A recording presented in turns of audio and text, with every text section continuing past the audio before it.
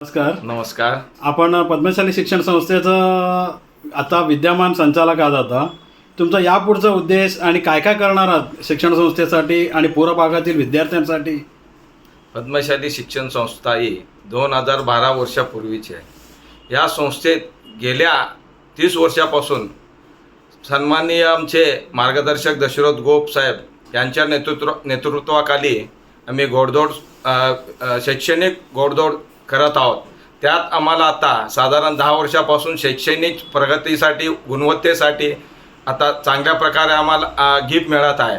आणि या अगोदर आम्ही सर्व प्रॉपर्टीज विकत घेतलं होतं. आता आम्ही सर्व कन्स्ट्रक्शनच्या म्हणजे स्वमालकीच्या इमारतीत आम्ही शाळा भरवत असून आणि यापुढेही सहमालकीच्या इमारतीत भरवण्याचा आमचा उद्देश आहे. गोपसाहेबांच्या नेतृत्वाखाली उद्देश आहे, त्यांचा संकल्पही तसाच आहे. आणि यापुढेही आपल्या समाजातील जे अल्प उत्पन्नधारक आहेत अशा लोकांना प्रवेश मिळावा म्हणून आम्ही मुलांसाठी PG कॉलेज सुरू करण्याचा मानसही त्यांचा आहे. यापुढेही काही प्रकल्प त्यांच्याकडे चांगले चांगले आहेत.